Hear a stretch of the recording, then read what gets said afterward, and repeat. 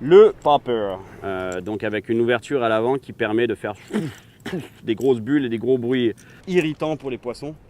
Et ça déclenche des attaques de surface. Donc un leurre typique de surface. Donc on le lance, donc juste là-bas, à la pointe, tac. On le laisse pareil que le stick bait. On le laisse à la surface. Souvent, ça, surtout sur les basses, ces poissons-là, ça peut déclencher vraiment. Ils sont curieux, ils se mettent à tourner en dessous. Ils ne savent pas vraiment ce que c'est, puis au bout d'un moment, ça les irrite. Blam, même en étant immobile, ils l'attaquent. Donc là, on fait des mouvements secs et canne basse toujours pour que la ligne soit au niveau de la surface le plus possible et que ça fasse vraiment ce mouvement sec de pouf, pouf, pouf. Donc le popper, c'est en fait en fonction des poissons qu'on vise, il faut varier l'action du popper en soi. En eau douce surtout, je dirais, c'est vraiment des pops comme ça qui vont. Les pops, on pose. Pop, on pose. Les basses, en général, ça, ils ont du mal à résister à ça.